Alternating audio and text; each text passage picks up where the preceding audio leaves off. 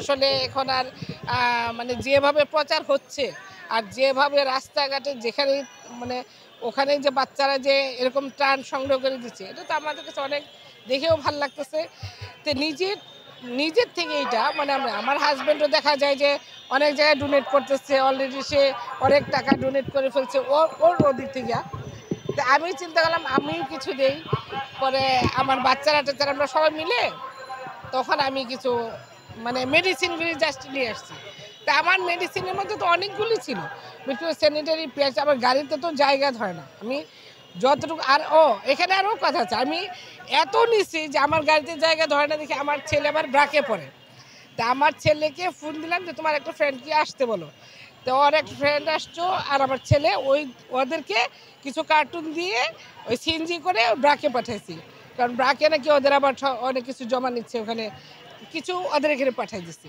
আর আমার গাড়ি থেকে যতটুকু ধরছে আমি সেটা এখানে নিয়ে আসছি।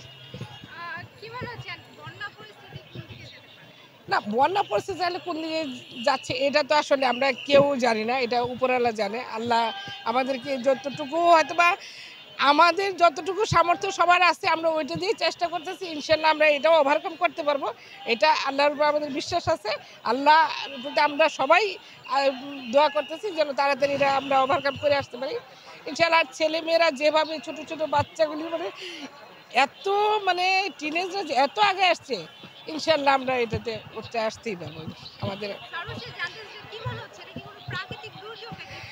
এইটা আসলে আমি কিছু বলতে পারবো না ভাইয়া, কারণ আমি হয়েছি সাধারণ একজন জনগণ। আমি যেখানে আমরা মানে একটু বিপদ হয় হয়, আমার হাজব্যান্ড একটু ওই টাইপের একটু দান খরাত বেশি করে, সেই টাইপ ওই দিক থেকে আমরা চিন্তা করি যেখানেই যে সমস্যা হবে আমাদের সামর্থ্য অনুযায়ী আমরা জাস্ট কিছু দেব।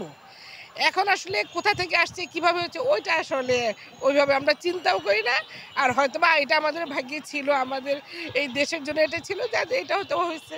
এখন আমরা এটাকে কীভাবে এটাকে আমরা সলিউশন দিব ইয়ে করি, এটাই আমাদের হচ্ছে এখন মানে চিন্তা। এছাড়া তার আমরা অন্য কিছু ভাবতে পারতেছি না।